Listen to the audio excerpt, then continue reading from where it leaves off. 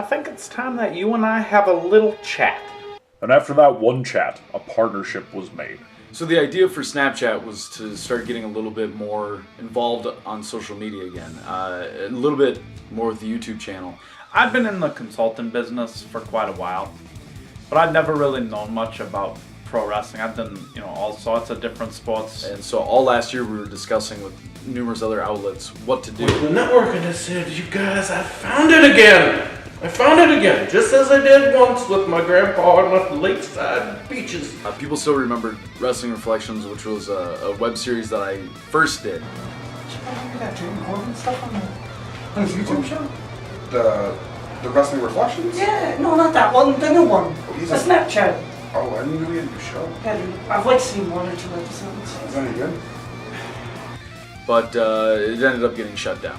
I tried to get Shaq one time, and he told us no, but ultimately I know he regrets it. So when the concept came up for doing SnappShot, the original title was actually Unbalanced because they thought that it would be showing the struggle that going through pro wrestling and They... attempt to stay relevant. How old are you now? Are you 50 yet? I'm actually 33.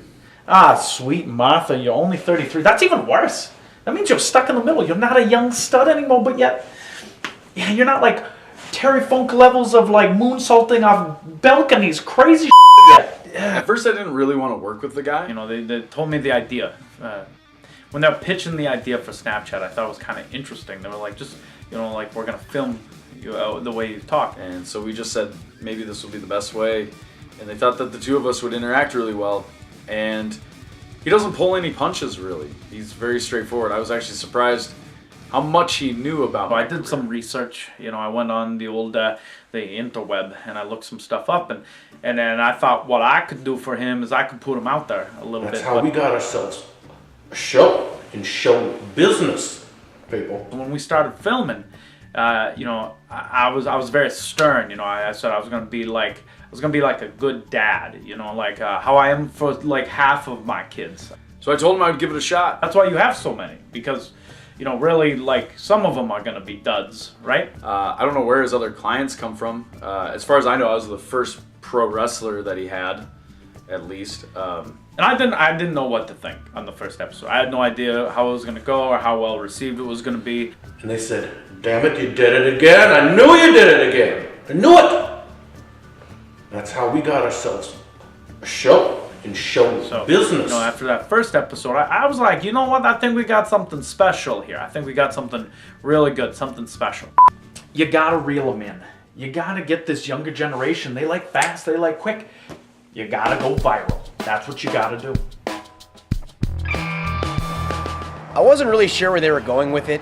It seemed like something that he was trying to take to another level. To establish buzz, and that he's a nice guy. He's a real nice guy. He's real nice. Real nice. Yeah, red hair, don't care. Nobody cares. He's Nobody cares. not but likable. I don't get it. Next, he's the man. He tried to tell Brennan, man. He tried to tell Brennan that him and Trick's his best friend. I mean, I at least give him credit for trying to take it seriously, but did I think it was going to get picked up? I don't know. But here we are, and you can see it every week, and Darin is, he's making it happen. Episode 1, it comes out bigger than Star Wars Episode 1. People were psyched. People were psyched. If they weren't gonna be psyched, Rich would make you psyched. A lot of followers, a lot of retweets coming out. We're coming out rich, we're coming out strong. People like to see you get thrown through things, splashed off things. I mean, the biggest thing coming out of that whole weekend is when you got Jeff Jarrett with that acoustic guitar by that band. Yeah, that one. So after the first one being well received, I agreed to sign on. So the first episode was pretty well received. I got a lot of responses from it. Behind this, and I said I at least need $1 million an episode. Got hired as a network executive because my name was Rich. They said this man knows something about being rich. You know, I didn't get my initial offer, but my counter offer was pretty good. You know, like they cater. They bring one of those like ham and cheese plates, and they paid for my Honda Civic. You know, it's all fine. It's fine. And we gotta bring them to you. Do you remember what I told you when you first came in here? What I always say to you? No, I remember. You can lead a horse to water, but you can't teach him to fish. He's got a lot of weird sayings. Like some of the stuff, I don't know where he gets it from. I really think he forgets and he just combines like two quotes and he thinks that that's something he came up with. Oh, the horse to water thing? Lead a horse to water? Yeah. Lead a horse to water? You know, but you can't teach him to fish. Well, who the can teach a horse to fish? I mean, he's got hooves. I've never really gotten a straight answer on his name. I've asked him it before and he just told me it's on a need-to-know basis, but he's my consultant, so I figured like I should know. You know, like if you try to cast, you know, like I can bring him all day. I could even provide the pole, and you can. I mean, it just doesn't work. Like, are you listening? And since we're dropping truth bombs, let me assume the position. Confidence has never been his low point. But this is clearly a different level. I'm the one that's on the road. I'm the one who goes places. I'm no stranger to 14-hour car trips. I've done that. But sugar, the only two so I things basically that you're better cut than me on is one, is convincing everybody that it's a real-life mantra of yours, even though every independent wrestler worth a damn has done the same thing for years. And two, you are better at kissing all your asses and making freelance fans give a about you than I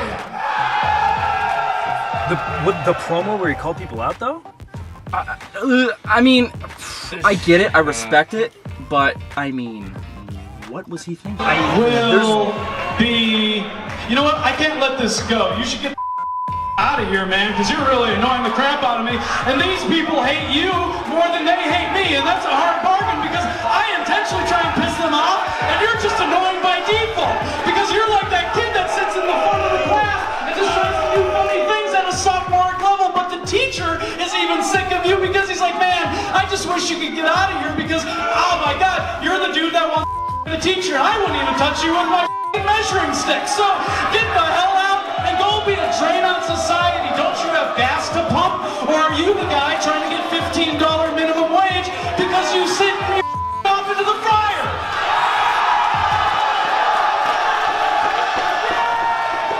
You know, people said I plagiarized like a promo and like, did it resemble somebody? And all of a sudden, I get these calls. Corbin unleashes a pipe bomb. Whoa! Let's stop here. Let's put a big X on that. I wasn't trying to plagiarize anybody on that one. You know what I mean? So I guess this is what we're doing now? We're just gonna swear all the time? I was just really fired up. I was really passionate. How much profanity do you have to use in one promo? I don't remember all that was said. You told a guy that he relieves himself into the food cooker. Oh yeah, I did say that. No, and I didn't know he was going to do it. I had no idea he was going to do it. And honestly, I've never seen somebody with so much pent-up aggression. And he just unloaded on everybody. No, I was just upset. It's supposed to be my opportunity, and I was very passionate about it. And so my consultant thought that maybe some of my language was very harsh. No fast food place wanted to touch him after that. Now, some of these advertisers, I will not say, but we'll just say they were family restaurants. A lot of them had wishing wells for the children to come and pick up a toy, a pack of crayons. And these family restaurants, to this day, make me hard. He's always worried that I'm not kid-friendly enough because some of the things I say and... I don't think you need to be a person that swears. Using curse words makes you look like a idiot sometimes, you know, if you know what I mean, right? How I threaten children, but I don't think it's a big deal. Oh, Yeah, just blank it out. Yeah, that would make me look really dumb if I... only idiots swear. So I was trying to get people's attention, and I was just speaking my heart and speaking my mind. Just watch your mouth, okay? Yeah, I can.